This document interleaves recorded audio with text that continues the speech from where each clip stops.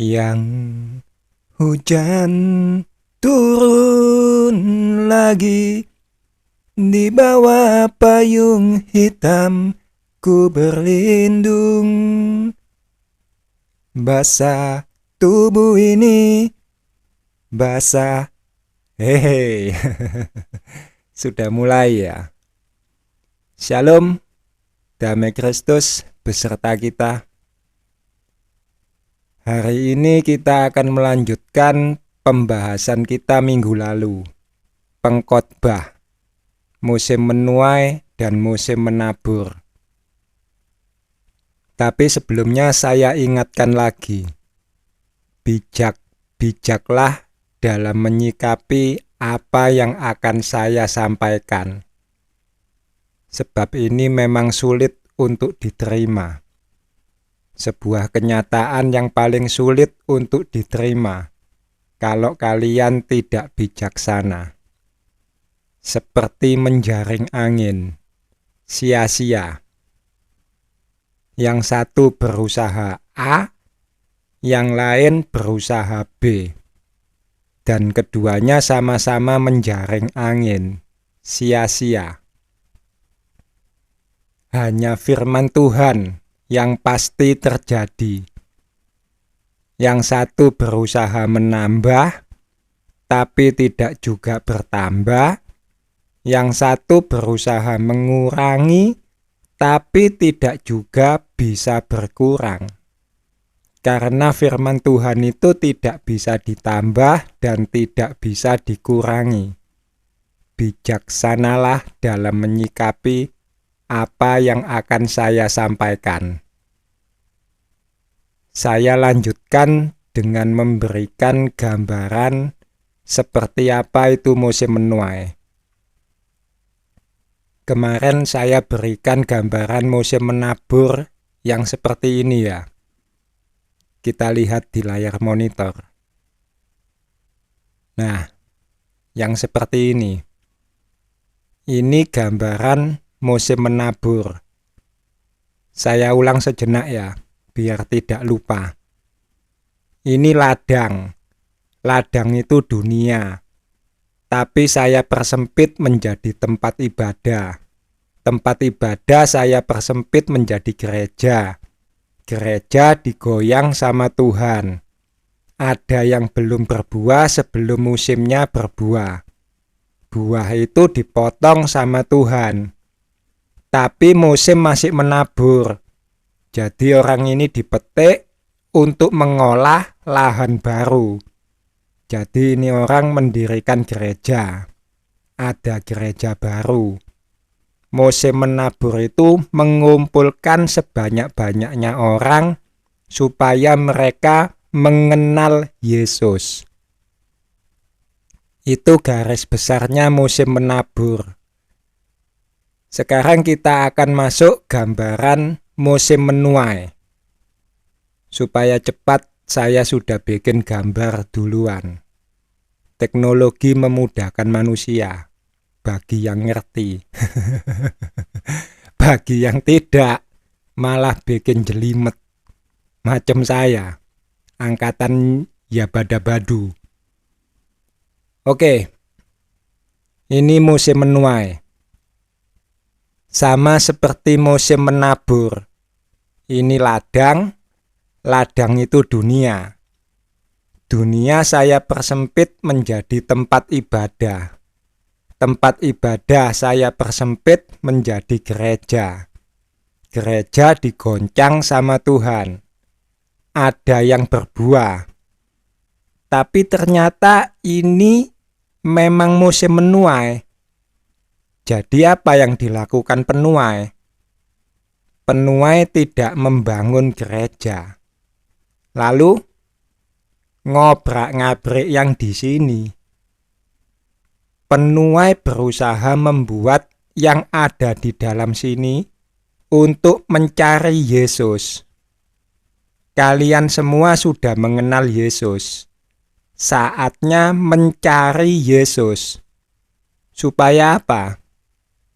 Mempersiapkan diri menghadapi apa yang sudah ada di depan mata. Itu yang pertama. Yang kedua, supaya hidup kalian menjadi berkualitas. Soal kualitas kita bahas lagi nanti. Karena semua orang punya standar kualitas yang berbeda-beda. Yang paling utama tugas penuai di sini adalah mempersiapkan diri kalian untuk menghadapi apa yang sudah ada di depan mata. Berapa lama kalian sudah dibaptis? 10 tahun? 20 tahun? 30 tahun? 50 tahun? Wes tuwek tenan kalau sudah 50 tahun. Saatnya kalian semua keluar mencari Yesus. Sekali lagi, yang sudah dibaptis. Hanya yang sudah dibaptis. Baptis bayi gimana dong? Saya gak ngomong yang masih bayi. Yang sudah dibaptis dan sudah dewasa. Yang sudah mengerti hal-hal duniawi. Banyak sekali yang perlu dibahas. Baptisan bayi segala macam. Tapi waktu makin sempit. Kita harus bisa bicara yang prioritas. Gereja itu sudah banyak. Ini gambarannya. Saya sudah buat gambar lagi. Gereja sudah banyak. Penaburlah orang yang sudah bekerja mati-matian, siang malam, kepanasan, kehujanan, mengumpulkan orang sebanyak-banyaknya untuk mengenalkan siapa itu Yesus. Engkau mendidik, merawat, membesarkan. Engkau tidak mengenal lelah, bekerja di ladangnya Tuhan. Terima kasih Romo Widodo. Terima kasih Bapak Ibu Pendeta. Dari lubuk hati yang paling dalam, sungguh saya ucapkan terima kasih pada kalian. Tanpa kalian, saya tidak akan pernah mengenal Yesus. Sekali lagi, terima kasih Romo Widodo. Terima kasih Bapak Ibu Pendeta. Tetapi kalian tahu kan, yang namanya iblis itu juga berusaha mengumpulkan orang sebanyak-banyaknya. Saya bilang begini bukan berarti penabur itu iblis. Saya tidak bisa menjelaskan. Dengarkan saja dan bijaksanalah dalam menyikapi. Saya harap kalian bisa mengerti dengan sendirinya. Penabur itu fokusnya hanya pada jumlah, kuantitas, bukan kualitas. Sebanyak-banyaknya orang dikenalkan pada Yesus. Kalau perlu bangun gereja segede lapangan bola, bisa nampung ratusan ribu jemaat. Semua di dalamnya haleluya. Tidak ada Muhammad Rasulillah, gak ada. Amitabha gak ada. Semuanya haleluya, puji Tuhan. Namun sekalipun semuanya haleluya puji Tuhan, kalau gak ada yang berkualitas buat apa? Hanya rame saja kondisinya.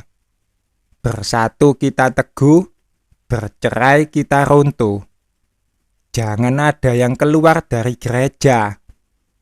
Kalau yang satu lemah, yang 10 bisa menguatkan. Padahal kalian tahu, jumlah tidak serta-merta menentukan kemenangan. Saya beri analoginya. Kumpulin aja 10 orang yang masih muda-muda. Tapi pawaannya seperti saya, kurus krempeng. Kalau gak pernah lihat saya, kalian lihat doyok. pelawak itu loh, Doyok Kadir, tahu kan?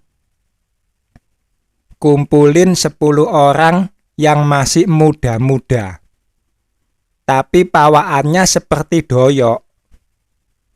Kita lomba tarik tambang. Saya kasih lawan 1 orang. Sudah ada umur pula. Sudah setengah abad. 10 lawan 1. Siapa lawannya? Aderai. Tahu kan Aderai? Binaragawan. Doi sudah tidak muda lagi. Setengah abad usianya. Tapi terlatih. Dari mudanya sudah terlatih. Kita intermezzo. Hanya intermezzo. Jangan dicontoh. Tak ketak ndasmu. Kita taruhan 1:10. Merem saya pegang Aderai. Kalau Aderai kalah, saya bayar 10 juta. Kalau Aderai menang, kalian bayar saya 1 juta. Hanya intermezzo. Jangan dilakukan. Tak ketak ndasmu. Seperti di tempat saya tinggal. Ke musola ya ke musola. Dengerin khotibnya khotbah. Selesai khotbah, adu petik, judi sabung ayam. Kalian anak-anak Tuhan. Kalau sampai saya tahu kalian judi, tak ketak ndasmu. Jumlah tidak menentukan kemenangan. Kalian memang anak-anak Tuhan, Laskar Kristus, tapi level prajurit. Kalau yang datang Panglima Iblis, 1 Panglima Iblis bisa narik 1000 Laskar Kristus yang level prajurit. 1000 orang lawan 1 orang. Yang 1000 mati semua. Pengertian mati bukan berarti kalian perang lawan iblis, terus ketusuk pedang mati, selesai. Tidak demikian.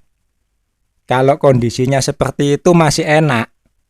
Mati syahid, kata toko sebelah. Atau mati martir, kita punya istilah. Pengertian mati dalam hal ini adalah kondisi kalian tadinya sudah bertobat.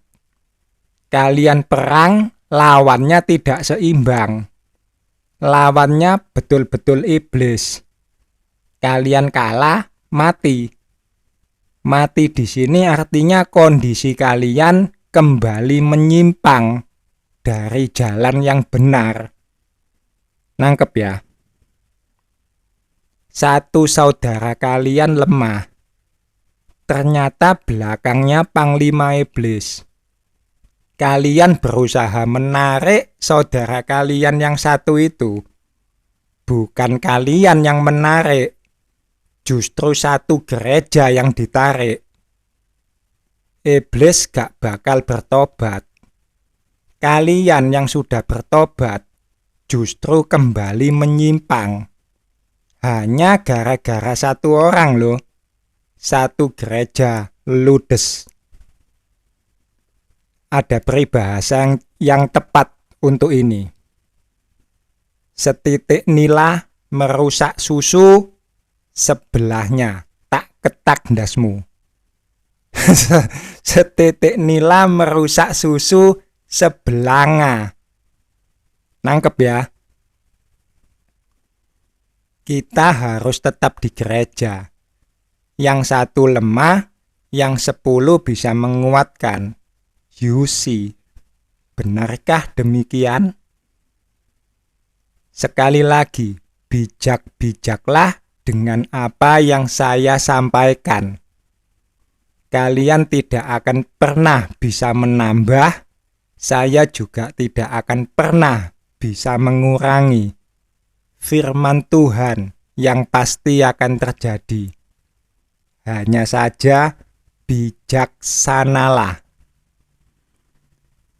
Kita kembali pada penuai. Penuai nyamperin ladang ini satu persatu. Nagih hasile.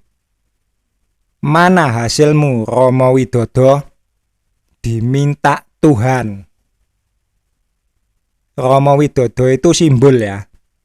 Imam yang ada di gereja kalian masing-masing. Kita buka Matius 21 ayat 33 sampai 46. Perumpamaan tentang penggarap-penggarap kebun anggur. Salah. Sorry. Kita buka Yohanes dulu. Baru nanti ke Matius. Yohanes 4. Percakapan dengan perempuan Samaria. Ayat favorit bagi saya pribadi.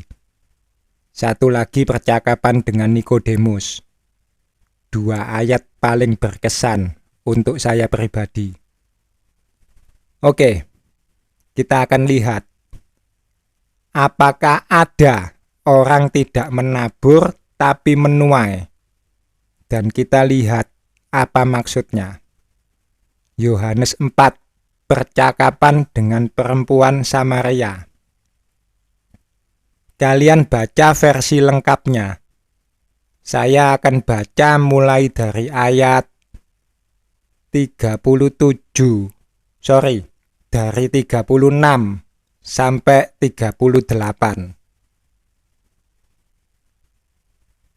Sekarang juga penuai telah menerima upahnya, dan ia mengumpulkan buah untuk hidup yang kekal, sehingga penabur dan penuai sama-sama bersukacita.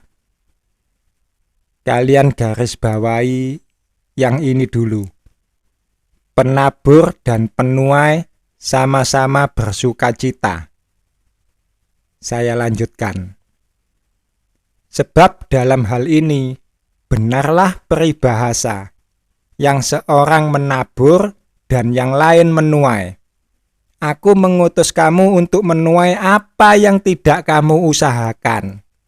Orang-orang lain berusaha, dan kamu datang memetik hasil usaha mereka. You see? Aku mengutus kamu untuk menuai apa yang tidak kamu usahakan.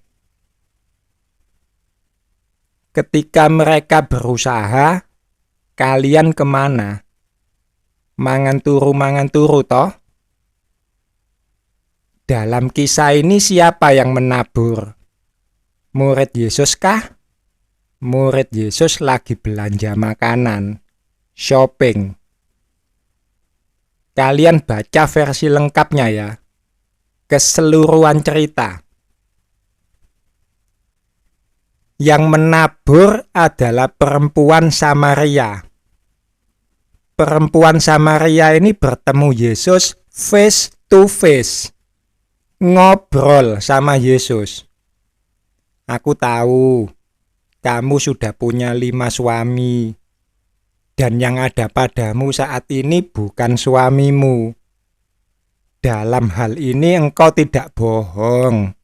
Kaget wanita Samaria ini. Loh, kok sakti? Bisa tahu segala kehidupanku.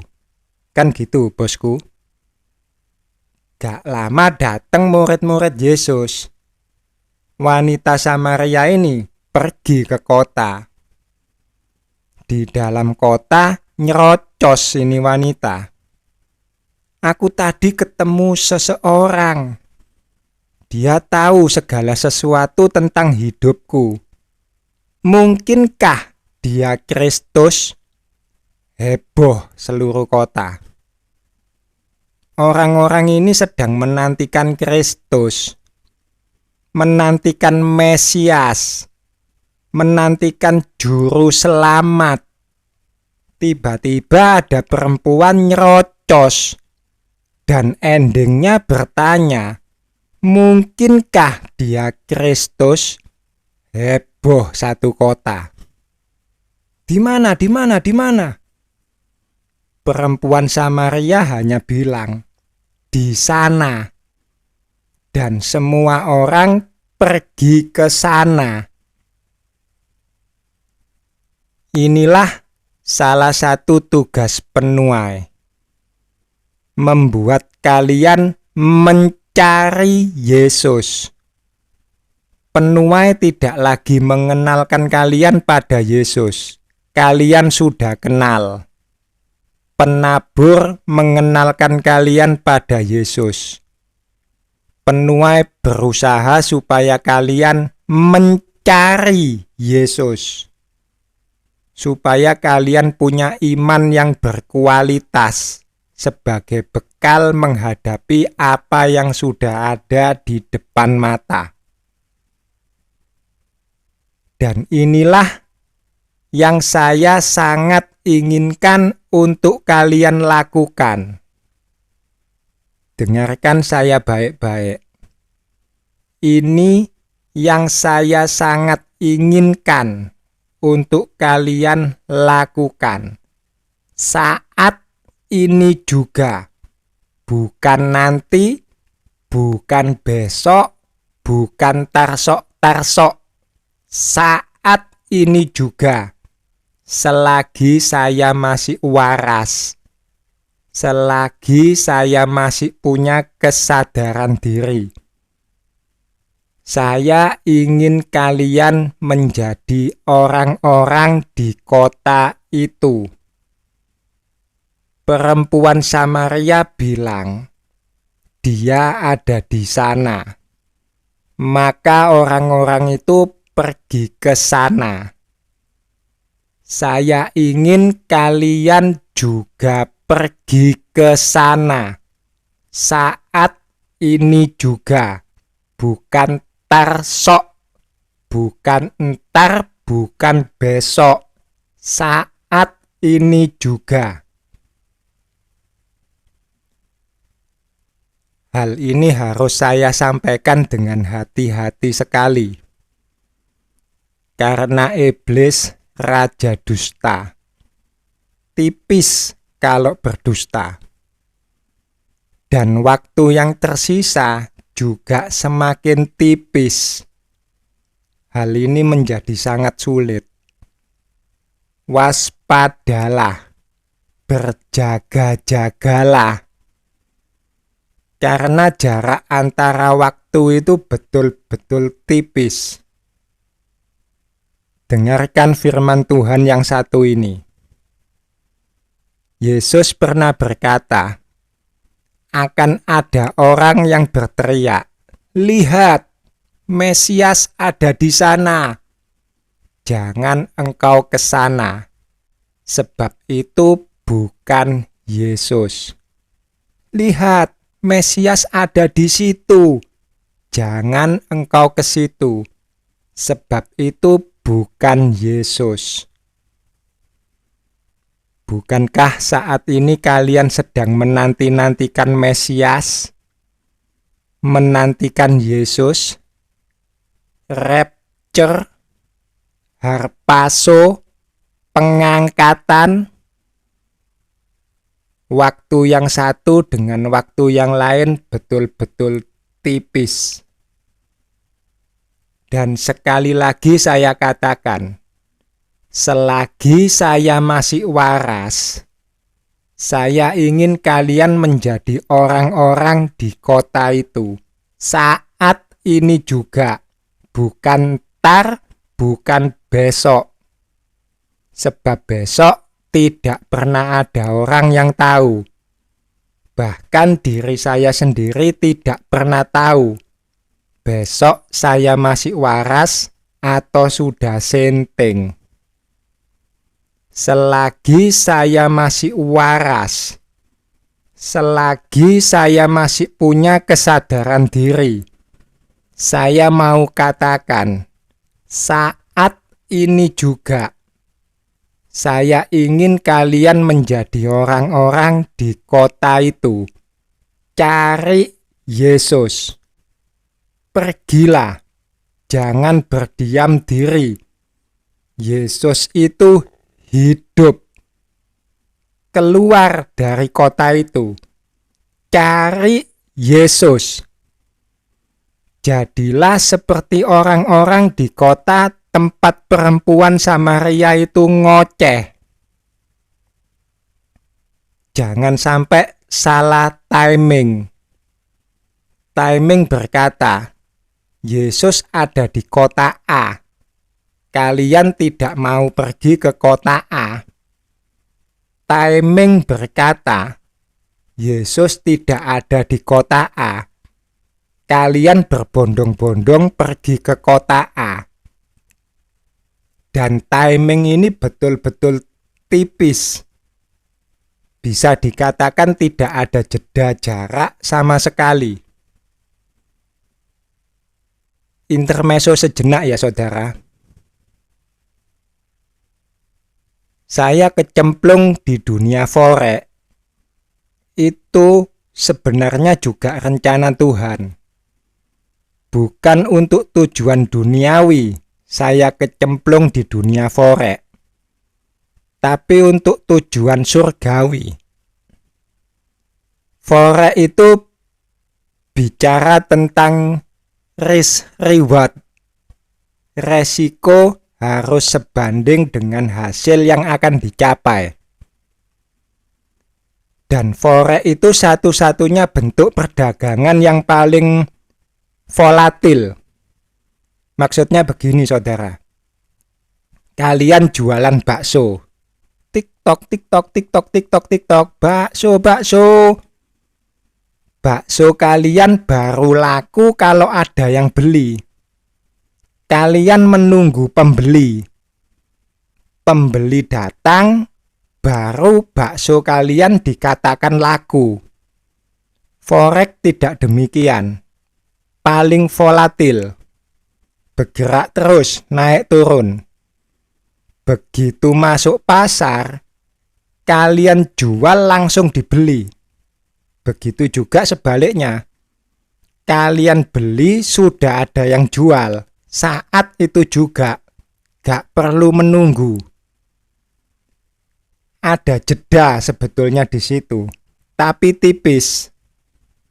Sehingga bisa saya katakan tidak ada jeda sama sekali. Crot, gitu aja jedanya. Kalian jual sudah dibeli. Kalian beli sudah ada yang jual. Nah, orang dagang pastinya pengen untung. Betul tidak? Siapa di sini yang dagang pengen rugi? Gak ada kan? Kalau ada orang senting itu namanya. Semua orang pengen untung. Tapi tidak semua orang bisa untung. Ada untung pasti ada rugi. Pengen untung ternyata rugi. Apa yang harus dilakukan? Kan gitu bosku. Sebelum masuk pasar, bikin money management. MM. Money management. MM-nya diatur. Saya katakan, orang yang main forex pakai MM adalah orang melarat.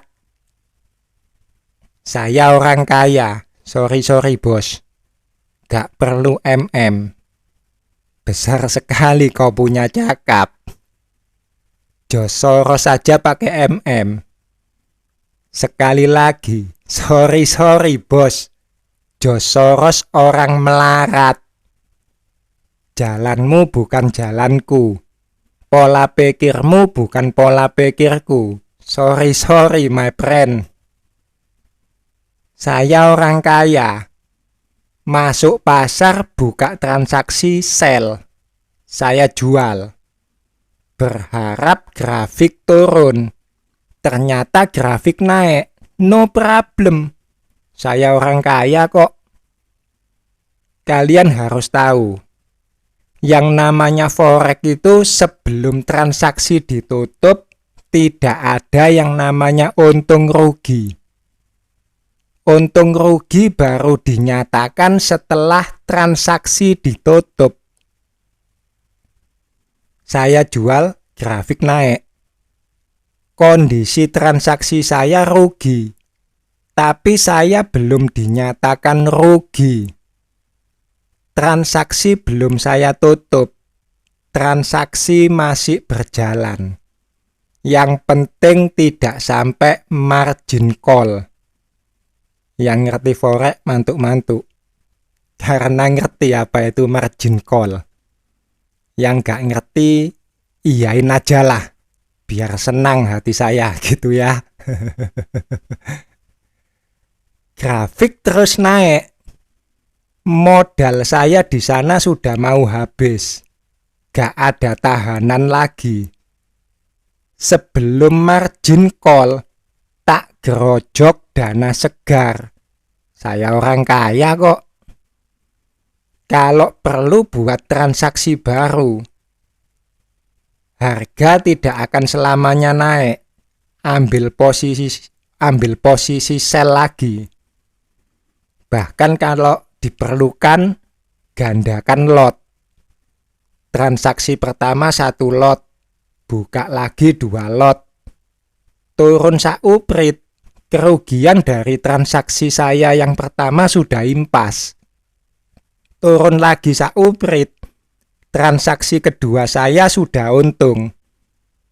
Itu kalau memang diperlukan. Kalau dana segar hanya untuk tahanan saja, ya kita tahan sampai harga kembali turun. Pokoknya saya gak mau rugi. Sampai elek, sampai kempot-kempot transaksi gak bakal saya tutup. Kalau kondisi rugi. Sorry bos. Orang kaya pola pikirnya beda. Grafik terus naik. Saya masih ngopi-ngopi sambil ngerokok. Slow to be calm. Saya orang kaya kok. Kalau perlu diguyur dana segar, saya guyur lagi. Pokoknya saya tidak mau rugi. Transaksi tidak akan pernah saya tutup kalau saya tidak untung. Ini namanya melawan pasar. Orang kaya melawan pasar no problem. Yang penting dana kuat. Mau berapa lama itu grafik naik terus? Mosok gak turun-turun? Saya ladenin. Saya orang kaya kok. Saya orang kaya yang buta pasar. Berani melawan pasar. Apalagi kalau saya orang kaya yang mengerti kondisi pasar. Seperti yang sudah kalian katakan, besar sekali kau punya cakap. Tapi kemudian ayam berkokok. Petrus sudah menyangkal 3 kali. Bukan. Ayam berkokok. Saya bangun tidur. Ternyata saya hanya mimpi. Saya bukan orang kaya. Bagaimana saya main forex?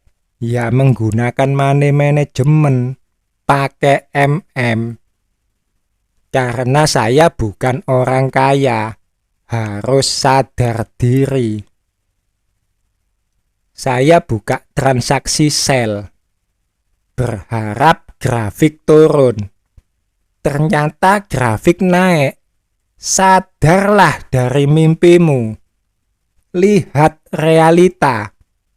Jangan berasumsi terus-terusan. Grafik sebentar lagi turun. Grafik sebentar lagi turun. Lihat kenyataan. Layar monitor di depan matamu itu gak bisa bohong. Grafiknya naik. Sadarlah wahai engkau orang melarat. Engkau bukan orang kaya. Duitmu pas-pasan. Apa yang harus kau lakukan supaya duitmu gak ludes kena margin call? Diguyur dana segar. Masih punya dana? Gak punya. Mimpi aja terus. Lakukan reanalisa. Yang sudah rugi gak bisa diselamatkan. Ikhlaskan. Ambil sikap. Pada harga berapa engkau harus cut loss. Selamatkan duit yang sisa. Dengan rugi, iya. Dengan merugi, engkau menyelamatkan yang tersisa. Saya penuai. Masuk pasar, ambil buy, beli. Saya berharap grafik naik. Ternyata grafik turun. Saya berharap terjadi tuaian besar. Saya berharap terjadi pertobatan yang besar. Terutama untuk saudara-saudari saya umat Katolik. Tetapi itu tidak terjadi. Yang ada, boom, grafik turun. Dunia semakin hari semakin buruk. Tidak ada pertobatan. Penabur itu semuanya orang kaya. Supaya tidak rugi, mereka berusaha menambah modal. Dengan membangun gereja sebanyak-banyaknya, mereka berusaha menambah modal. Tapi hal itu sia-sia, kata pengkhotbah. Yang dilawan ini bukan pasar, bos. Yang dilawan adalah firman Tuhan. Sementara penuai itu semuanya orang miskin. Bagaimana orang miskin yang duitnya pas-pasan ini bisa berusaha supaya tidak rugi? Saya tidak mau menutup transaksi saya dengan hasil merugi. Tapi saya miskin, gak punya modal lagi buat nahan. Sudahlah. Yang main forex ngerti. Yang gak main forex tola-tole. Saya berusaha universal saja. Lihat di layar monitor lagi. Intinya penuai berusaha mengurangi apa yang masih ada di sini ini. Ini gereja kan? Ladang. Penuai berusaha mengurangi, mengeluarkan sebanyak-banyaknya umat yang masih tertinggal di dalam gereja. Supaya kelak ketika boom, gak ludes semua yang ada di sini. Nangkep ya? Tetapi firman Tuhan tidak bisa dikurangi. Maksudnya begini, saudara. Anggaplah ya, saya diberi penglihatan sebuah gereja besar. Isinya 10.000 umat. Lalu saya melihat gereja itu kebakaran. Dan 10.000 umat yang ada di dalam gereja itu mati semua. Tuhan berfirman pada saya, Odi, pergilah ke gereja itu. Sampaikan pada mereka, bertobatlah. Jika engkau tidak bertobat, semua yang di dalam gereja akan mendapat celaka. Selesai. Firman Tuhan pada saya hanya seperti itu. Saya datang ke gereja itu. Saya teriakkan seperti yang Tuhan firmankan pada saya. Hei umat, bertobatlah. Sebab Tuhan berfirman, jika kalian tidak bertobat, kalian akan celaka. Selesai. Hanya itu saja yang saya sampaikan. Tetapi saya tahu, sebelum Tuhan berfirman pada saya Saya pernah mendengar firman Tuhan yang lain, yang berbunyi seperti ini. Mereka bertelinga, tapi tidak mendengar. Bermata, tapi tidak melihat.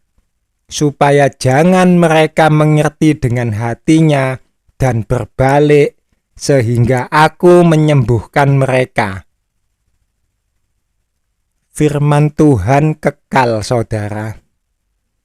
Kalau dulu firman ini sudah pernah disuarakan dan bahkan sudah digenapi, saat ini firman itu juga disuarakan kembali dan akan digenapi lagi. Saya tahu ini akan terjadi, tapi saya gak mau rugi. Diam-diam saya culik satu persatu umat yang ada di dalam gereja itu, semampu saya. Karena dalam penglihatan saya itu semua umat mati terbakar. Dan Tuhan pernah berfirman, mereka bertelinga, tetapi tidak mendengar. Firman Tuhan yang ini tidak datang pada saya. Pada siapa? Yesaya. Tetapi saya pernah mendengar. Lewat siapa? Yesus. Sementara firman Tuhan yang datang pada saya, peringatkan mereka yang ada di gereja yang umatnya 10.000 itu, supaya mereka bertobat. Kalau tidak bertobat, mereka celaka. Itu saja firman Tuhan yang datang pada saya. Dan saya memang sudah memperingatkan mereka. Nangkep, saudara? Atau pusing? Kalau pusing, ambil paracetamolnya. Segera diminum. Ngerti gak ngerti, saya lanjutkan. Tapi saya gak mau rugi.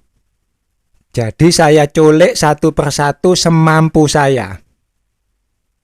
Dan saya berhasil menculik 1.000 orang. Saya sekep di ruang bawah tanah di rumah saya.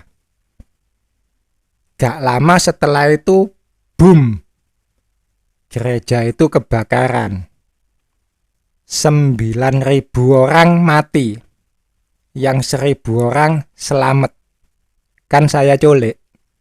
Ada di ruang bawah tanah.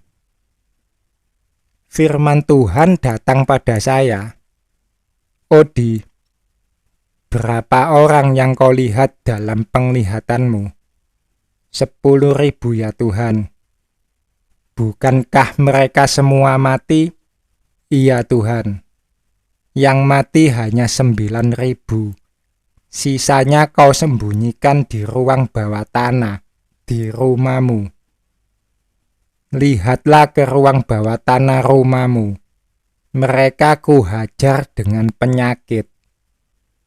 Saya lari turun ke ruang bawah tanah. Saya lihat mereka sudah mengap-mengap seperti orang kecekik. Gak lama kemudian mereka semua mati. Saya nangis sambil teriak. Rugi aku ya Tuhan, rugi aku. Pengkhotbah. Segala sesuatu sia-sia. Apa yang saya sampaikan ini nanti larinya pada kehendak bebas. Apa ada yang namanya kehendak bebas? Kalau Tuhan sudah menentukan, gitu ya. Yesaya 56 ayat 12. Itu salah satu firman Tuhan tentang kehendak bebas. Datanglah, kita akan minum sampai mabuk. Besok akan sama seperti ini. Ada banyak hal yang harus disampaikan. Tetapi sekali lagi, waktu hanya tinggal sedikit. Mungkin nanti saya akan bicara sedikit tentang kehendak bebas. Saat ini kita tentukan prioritas dulu. Saya lanjutkan sebentar ya. Tuhan berkata, "Berapa sih rugimu?" "Sekian Tuhan." "Tutupen transaksimu. Tak temponi sing rugi. Ojo kuatir." Pada akhirnya saya hanya bisa berkata, "Yang menuju maut, biarlah menuju maut. Yang mencari Yesus, biarlah datang pada Yesus." Amin. Saya kembali pada percakapan dengan perempuan Samaria. Sorry, intermezzonya jadi panjang.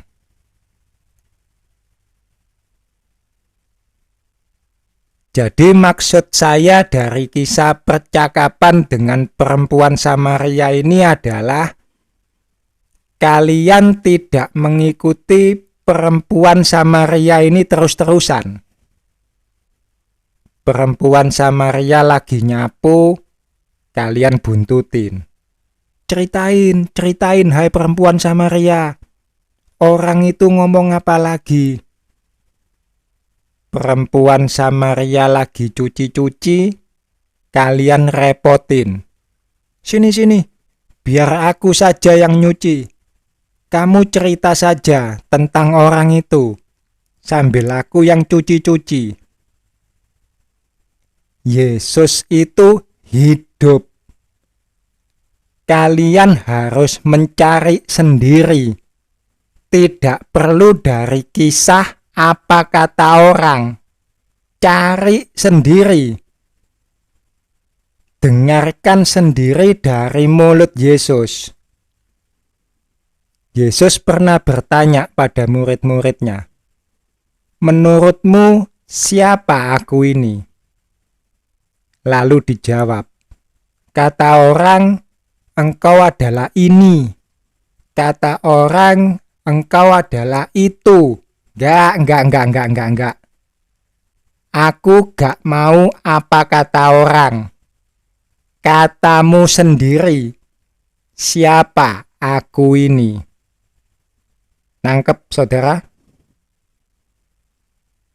Yesus pernah bilang sama Marta, Marta, engkau ini merepotkan dirimu sendiri. Yang kamu perlukan itu sebetulnya hanya satu. Maria ini apanya Marta? Saya lupa. Sepupu ya. Kalau salah, ralaten dewe yo. Yang kamu butuhkan itu hanya satu, Marta. Contohin sepupumu Maria. Duduk manis dengerin aku bicara. Gak sibuk bikin adonan kue untuk persembahan bagi Ratu Surga. Tidak. Duduk manis dekat kaki Yesus. Dengarkan perkataan Yesus. Itu juga yang kalian butuhkan. Cari Yesus. Yesus itu hidup. Duduk manis, dengerin perkataan Yesus, firman yang hidup. Biar kalian tidak tersesat kelak. Karena semakin hari dusta iblis itu semakin tipis. Jangan merepotkan diri dengan belajar sola fide, sola gratia, sola scriptura. Apa kui? Gak perlu merepotkan diri dengan belajar do, re, mi, fa, sol, la, si, do.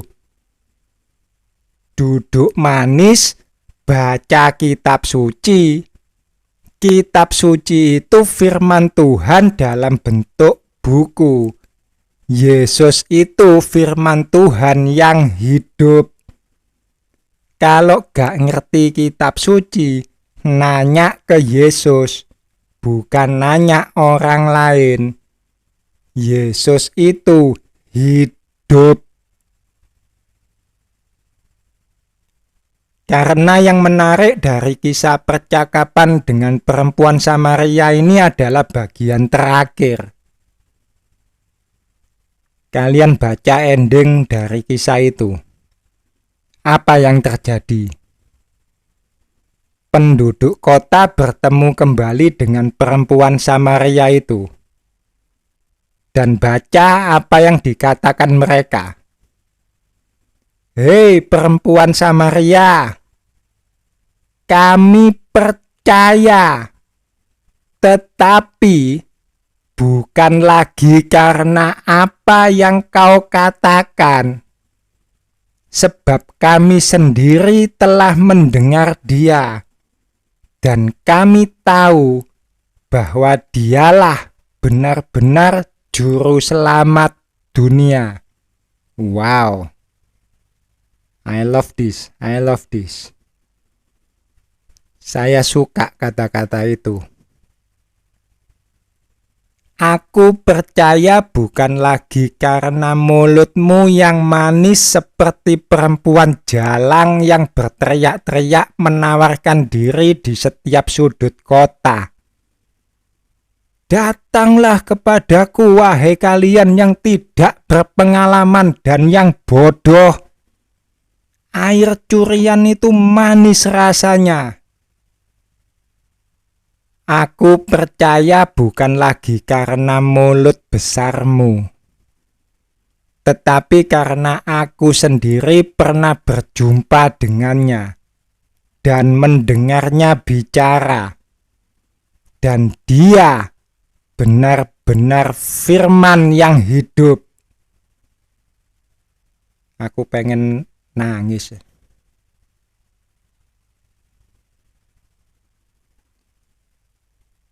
Oke, saya lanjutkan. Perempuan Samaria itu adalah Romo Widodo, pendeta kalian. Atau saat ini diri saya sendiri bisa kalian masukkan sebagai gambaran dari perempuan Samaria itu. Kalian tidak boleh main percaya begitu saja pada orang yang menganggap dirinya sebagai rohaniawan atau rohaniawati. Bijak-bijaklah dengan apa yang hendak saya sampaikan ini. Beruntung kalau yang kalian ikuti mulutnya berkata benar. Kalau ternyata tidak benar, bagaimana? Kalau ternyata mulutnya hanya ngedabrus, seperti yang saya alami, bagaimana? Ada banyak poin yang bisa saya ambil dari kisah percakapan dengan perempuan Samaria ini. Tapi saya akan ambil beberapa poin saja yang terkait dengan musim menabur dan musim menuai. Poin pertama. Dari kecil saya sudah dididik dengan Trinitas. Siapa yang mendidik saya? Ya Romo Widodo. Di sini posisinya Romo Widodo adalah perempuan Samaria itu. Dan saya masih sebagai orang di kota. Ada firman Tuhan yang berbunyi, Aku mengenal domba-dombaku, dan domba-dombaku mengenal suaraku. Yohanes 10 ayat 14. Bagi Katolik, Trinitas itu suaranya Tuhan. Trinitas itu firman Tuhan. Ada masa di mana saya tidak lagi mengenal suara Tuhan yang satu ini. Trinitas, Trinitas, Trinitas. Kok asing di telinga saya? Benarkah ini suara Tuhan? Benarkah Trinitas ini firman Tuhan? Saya coba ngembek, Mbek, mbek. Saya bergumul. Saya ini sebenarnya domba yang tersesat, atau saya ini dicolong maling? Atau saya ini dicolong maling, terus tersesat waktu digiring sama maling? Apes sekali. Sudah dicolong terus tersesat. Tapi puji Tuhan, ketika tersesat, saya ngembek. Bukan maling yang cari, tapi gembala yang baik yang datang. Gembala yang sesungguhnya. Kalau maling gak ngurus. Mungkin karena saya kurus. Dia sudah dapat yang gemuk-gemuk. Saya ngembek dibiarkan. Dari sini kalian harus petik sebuah pelajaran. Bahwa tidak semua rohaniawan atau rohaniawati bisa dipercaya mulutnya. Termasuk mulut saya. Selagi saya masih punya kesadaran diri untuk mengatakan hal ini. Pendeta kalian, saya sendiri, apalagi Romo Widodo, bukan jaminan mengatakan kebenaran. Trinitas dikatakan kebenaran, konyol. Trinitas dijadikan dasar iman, sangat rapuh. Kalian harus bisa bertemu dengan Yesus personal. Betul-betul personal. Hanya Yesus satu-satunya gembala kalian yang bisa dipercaya. Dan dia betul-betul hidup. Cari dia. Personal. Mungkin kelak kalian bisa datang pada saya dan berkata, Odi, aku percaya. Tetapi bukan lagi karena mulutmu, tetapi karena aku pernah berjumpa dengannya. Dan dia memang benar firman yang hidup. Puji Tuhan, akan saya katakan pada kalian. Itu poin pertama. Poin kedua. Aku mengutus kamu untuk menuai apa yang tidak kamu usahakan. Orang-orang lain berusaha dan kamu datang memetik hasil usaha mereka. Romo Widodo adalah orang-orang yang berusaha itu. Hujan basah kuyup kedinginan, panas terik, kepanasan keringetan, ketemu singa, mau nerekam dombanya, langkai dulu mayatku. Dijambak itu singa, janggote dicokil-cokil, gelut sama singa, dibanting-banting itu singa. Terima kasih, tetap saya ucapkan, meski engkau adalah maling. Oleh karenamu, aku ditemukan pemilik hidupku. Kemana saya? Ketika orang-orang sedang berusaha mengenalkan Yesus pada dunia. Saya makan tidur. Saya dengerin khotbahnya Romo Widodo. Walah, ngono tok ta Romo. Sekarang saya yang bicara, saya diutus. Walah, ngono tok ta Odi. Tuhan Maha Adil, bukan? Saya mendapat balasannya. Gereja dari isinya hanya 10 orang, sekarang jadi 100. Dari 100 menjadi 1000. Bukankah yang keringetan itu pendetamu? Kemarin kita menanam pohon mangga butuh waktu berapa tahun? 11 tahun ya. Dan musim panen apa nyampe tahunan? Kagak kan? Hanya 2-3 bulan. Romo kerja mati-matian bertahun-tahun. Saya kerja santai. Hanya 3 bulan. Ternyata bayaran kita sama. Kita buka Matius 20 ayat 1-16. Perumpamaan tentang orang-orang upahan di kebun anggur. Kalian baca sendiri. Yang pertama menjadi yang terakhir, yang terakhir menjadi yang pertama.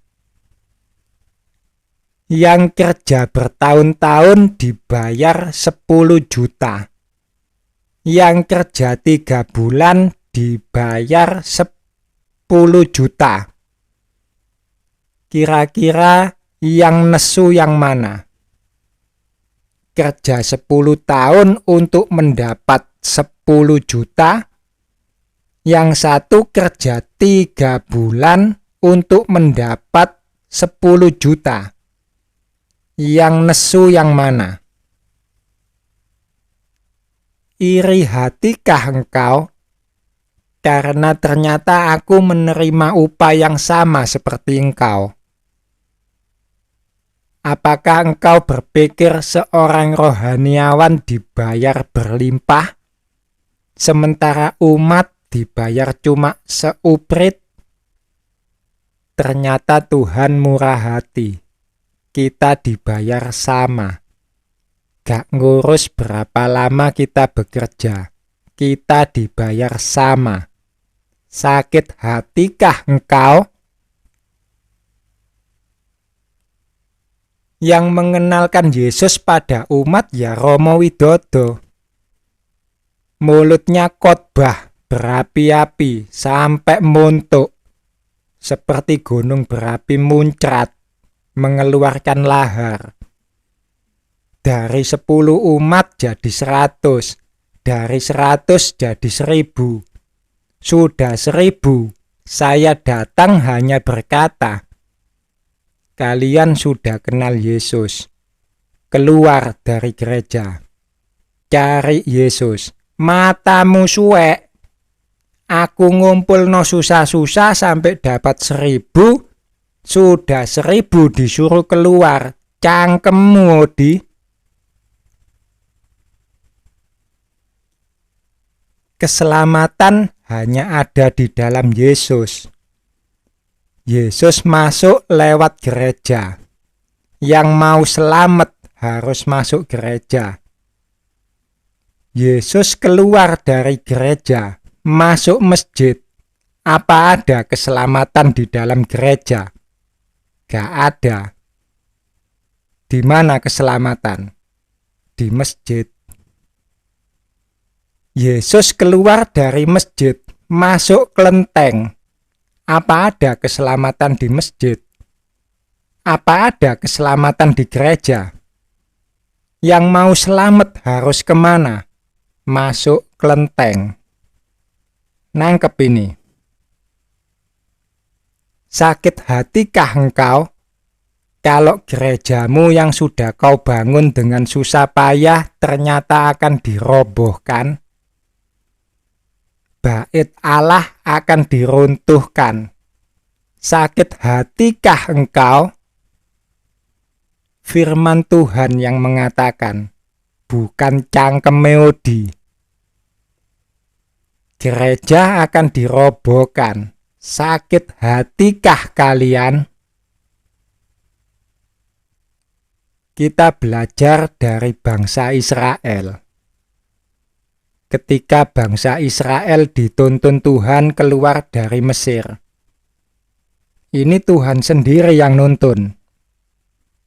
Kita buka Keluaran 13 ayat 17 sampai 22. Allah menuntun umatnya. Kalian baca sendiri semuanya. Saya langsung menjabarkan, gitu ya. Tuhan tidak menuntun umatnya melalui daerah orang Filistin. Padahal itu jarak paling dekat menuju tanah perjanjian.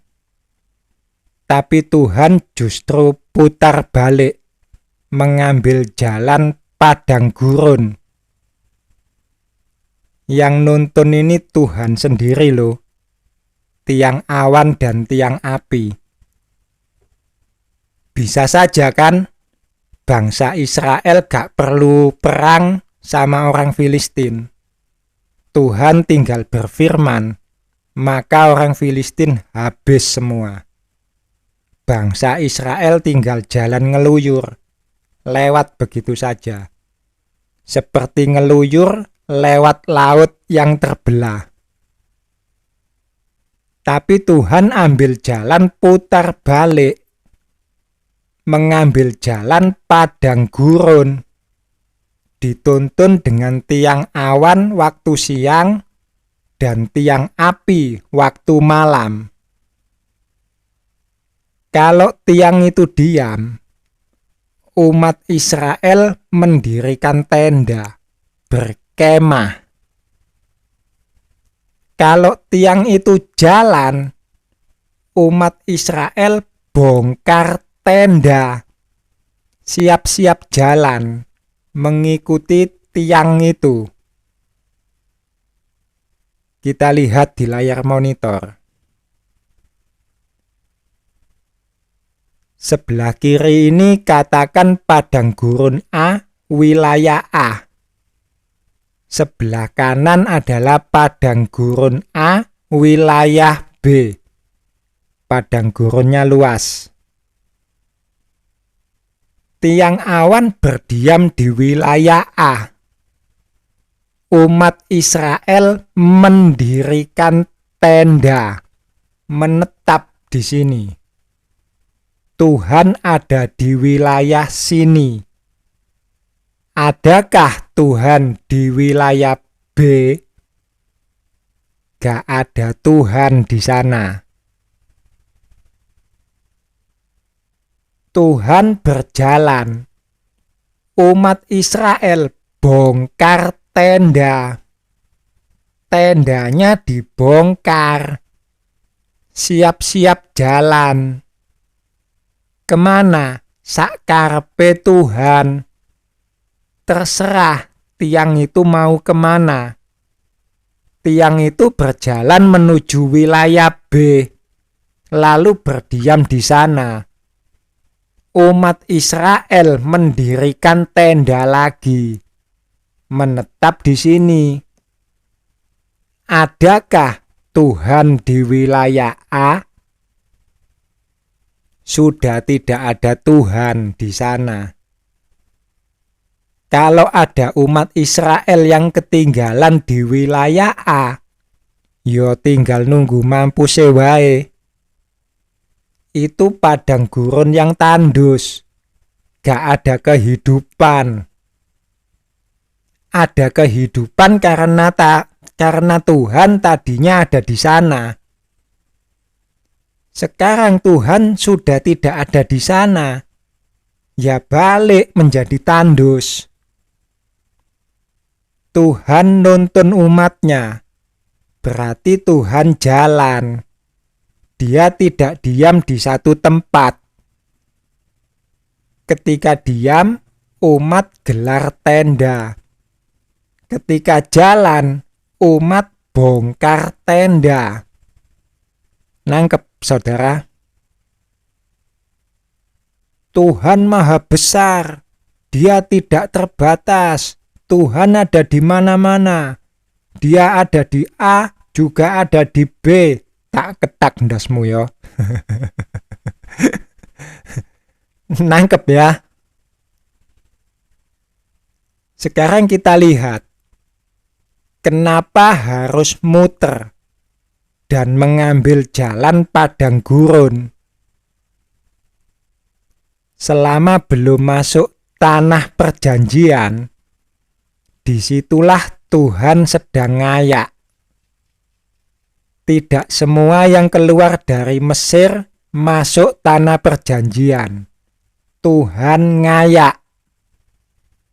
Yang halus, yang bisa keluar, ngikut Tuhan. Yang kasar, tinggal, alias koit, mati. Banyak peristiwa kan yang terjadi sebelum masuk tanah perjanjian. Umat Israel teriak-teriak minta daging. Dikasih burung puyuh. Mangano sak warekmu. Sing rakus matek kabeh. Gak masuk tanah perjanjian. Diayak sama Tuhan. Kisah Yosua dan Kaleb. Berapa yang mati kena tulah? Pemberontakan Korah. Berapa ribu yang mampus? Tuhan ngayak umatnya sebelum masuk tanah perjanjian. Sakit hatikah kalau gerejamu dibongkar? Itu poin kedua. Sekarang kita masuk poin ketiga. Serupa dengan poin kedua. Katakan saja beda respon. Kita sama-sama pekerja. Hanya saja kali ini penabur ingin menguasai hasil ladang. Penuai gak dikasih hasil. Upah penuai gak dibayar. Apa yang akan terjadi? Kita buka dulu Matius 21 ayat 33 sampai 46. Perumpamaan tentang penggarap-penggarap kebun anggur. Kalian baca sendiri semuanya. Saya langsung pada penjelasan. Yang sewa ladang kan Romo Widodo. Ladang digarap Romo Widodo. Yang kerja Romo Widodo. Saya masih makan tidur. Dipupuk dalam pertumbuhan, ya gak? Dijejelin susu terus-terusan. Begitu sudah gede, kok saya ketemu tuan tanah yang tadi sudah kalian baca di Matius 20. Ngapain kamu di sini okang-okang? Gak ada yang kasih upah. Sana, ke ladangku. Sudah musim panen. Mintaan hasilnya sama pekerja-pekerja di sana. Ini surat jalanmu. Surat jalan saya buat nagih itu adalah cerita kesaksian saya. Surat bukti bahwa saya diutus buat ngambil hasil panen. Kalau gak ada surat jalan ntar dikira maling. Maling teriak maling. Bisa repot. Paham ya? Harus ada surat jalan buat nagih.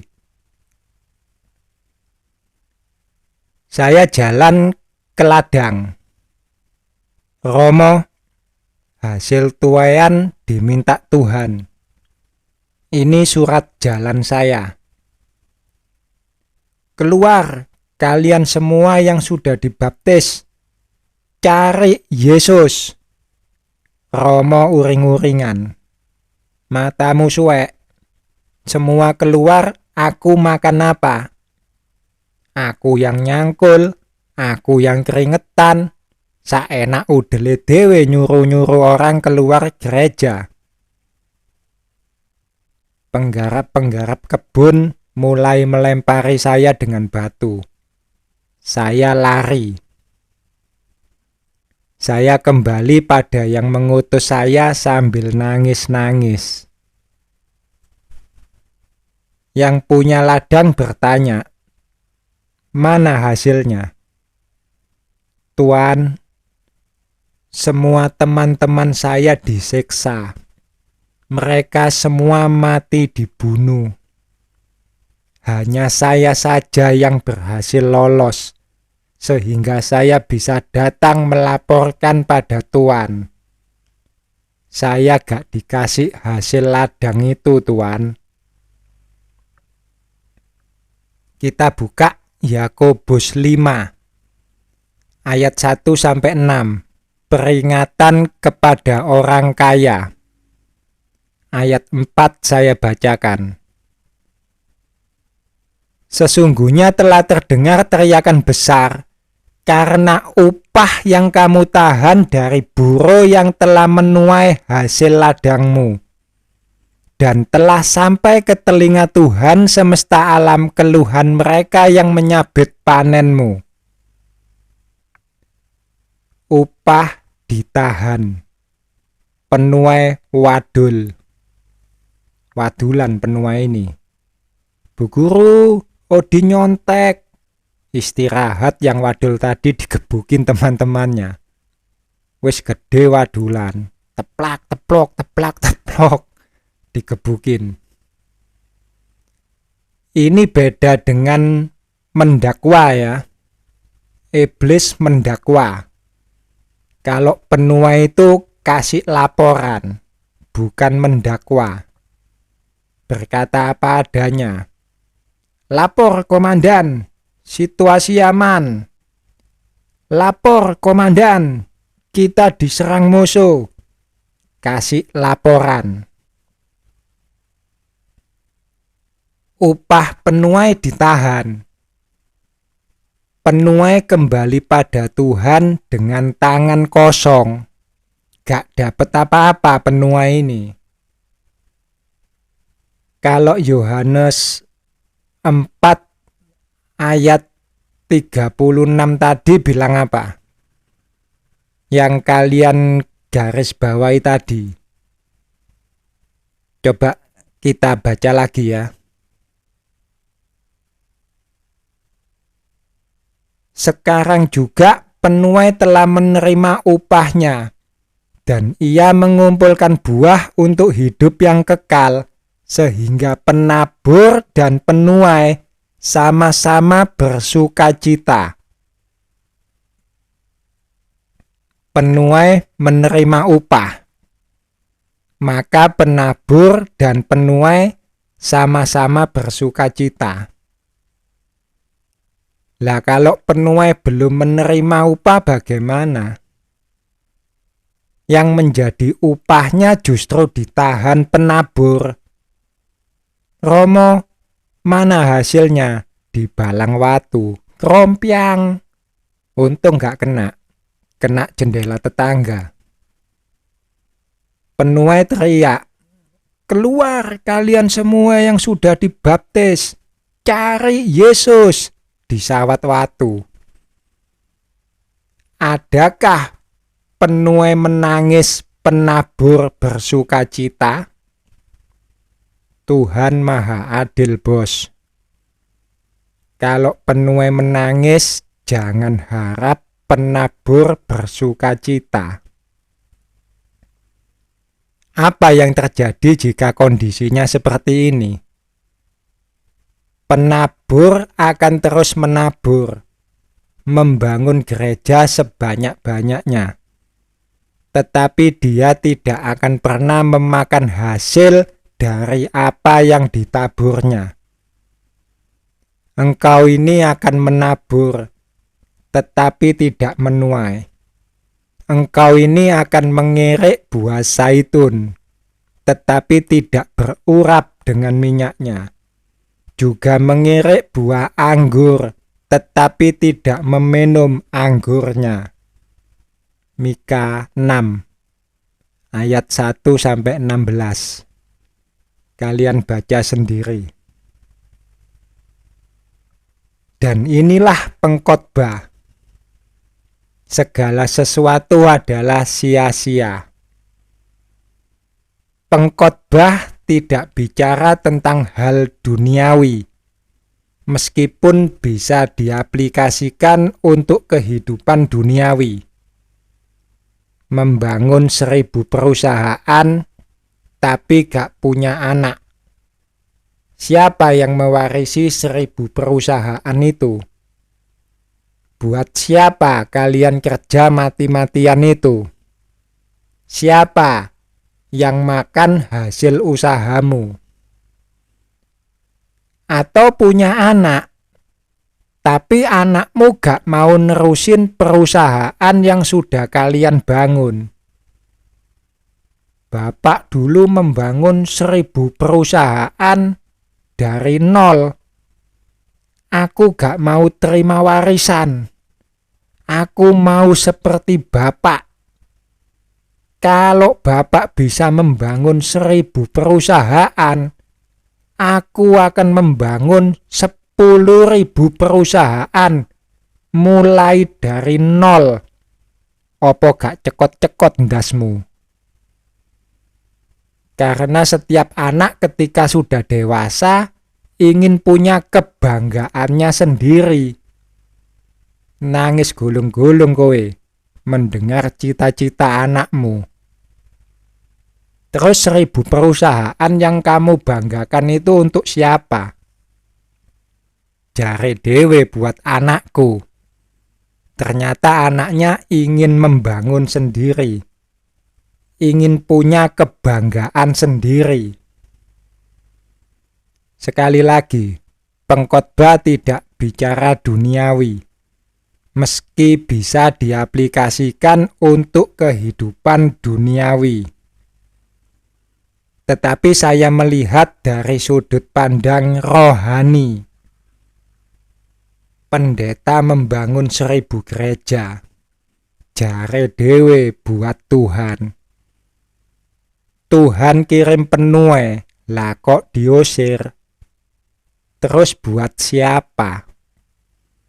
Buat siapa gereja yang sudah kalian bangun itu?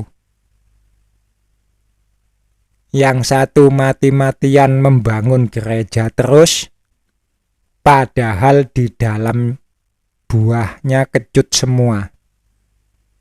Yang satu lagi berusaha mengurangi agar yang kecut-kecut itu bisa jadi manis. Tapi keduanya tidak ada yang berhasil. Karena firman Tuhan tidak bisa ditambah dan dikurangi. Selain itu, firman Tuhan kekal. Yang dulu sudah terjadi, sekarang akan terjadi lagi. Kelak juga akan terjadi lagi. Dan itu sama persis, gak bisa ditambah dan gak bisa dikurangi. Kita akan masuk pada pengkhotbah di bawah matahari. Tidak ada yang baru, tapi masih dalam ranah musim menabur dan musim menuai. Ketika Israel dijajah, banyak nabi bernubuat palsu. Yerusalem akan segera bebas. Dengan ini, aku mematahkan kuk Babel. Mesias akan segera datang. Rapture, gitu ya. Tetapi nabi yang memang benar diutus justru bernubuat sebaliknya. Yerusalem hancur. Raja dan rakyat lebih suka nubuat yang manis-manis. Nabi yang menubuatkan Yerusalem hancur pada dilempari batu. Cari makan di luar sana, jangan di sini. Gitu kan? Next video. Sebelum saya akhiri, sekali lagi saya mau berkata, selagi saya masih waras, cari Yesus.